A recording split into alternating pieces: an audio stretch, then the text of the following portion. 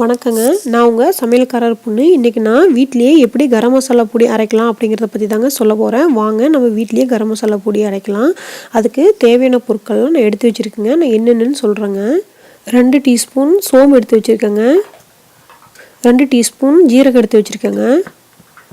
2 teaspoon கொத்தமல்லி எடுத்து வச்சிருக்கேங்க. இது 3 ஒரே அளவு போட்டா போதுங்க. 1 டீஸ்பூன் ரோஜா மொக்கு எடுத்து வச்சிருக்கேங்க.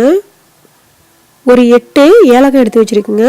ஒரு ஜாதிக்காய் எடுத்து வச்சிருக்கேங்க. ஜாதிக்காய் வந்து பாதி போட்டால் போதுங்க. ஒரு 3 ஜாதி பத்திரி எடுத்து வச்சிருக்கேங்க. இந்த ஜாதி பத்திரி பார்த்தீங்கன்னா இந்த ஜாதிக்காய் மேலே மூடி இருக்கும். 3 ஸ்டார் அனீஸ் எடுத்து வச்சிருக்கேங்க. ஒரு வரமிளகாய் பெருசு எடுத்து வச்சிருக்கேங்க. 1 டீஸ்பூன் கசகசா எடுத்து வச்சிருக்கேங்க.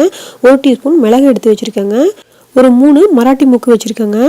1 ஸ்பூனுக்கு கிராம்பு எடுத்து வச்சிருக்கேங்க. ஒரு 4 பெரிய பிரிஞ்சி இலை எடுத்து வச்சிருக்கேங்க. 2 இன்ச்சு அளவில் பட்டை ஒரு 5 எடுத்து வச்சிருக்கேங்க. இவ்வளோதாங்க. இது எல்லாமே போட்டால் தாங்க கரம் மசாலா நல்லா மணமாக வருங்க. இப்போ வரமிளகா பார்த்தீங்கன்னா சின்னதாக இருந்துச்சுன்னா 2 எடுத்துக்கோங்க. நான் பெருசாக இருக்குங்காட்டி 1 தாங்க போட்டிருக்கேன். காரம் கம்மியாக போட்டால் போதுங்க. ஏன்னா இந்த மசாலா பொருள்லேயே காரம் இருக்கும். இப்போ இதெல்லாம் தாளிச்சிடலாங்க. அடுப்பில் ஒரு பேன் வச்சுங்க. சூடு பண்ணிவிட்டு அதில் இது எல்லாத்தையும் போட்டுங்க. லைட்டாக ஒரு வணக்கிட்டு அடுப்பை ஆஃப் பண்ணிடலாங்க.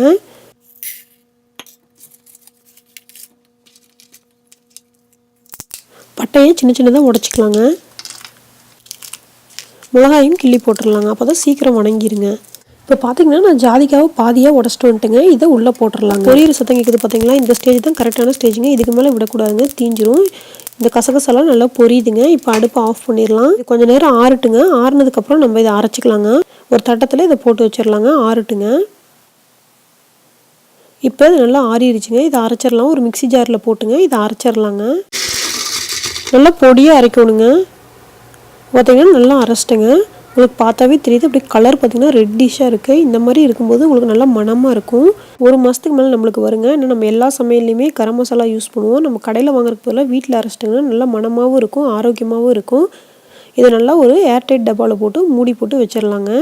இப்போ கமகமன்னு சூப்பரான கரம் மசாலா நம்ம வீட்லேயே செஞ்சாச்சு. இந்த ரெசிபி உங்களுக்கு பிடிச்சிருந்தா இந்த வீடியோவை லைக் பண்ணுங்கள், கமெண்ட் பண்ணுங்கள், மறக்காமல் சப்ஸ்கிரைப் பண்ணுங்கள். தேங்க்யூ.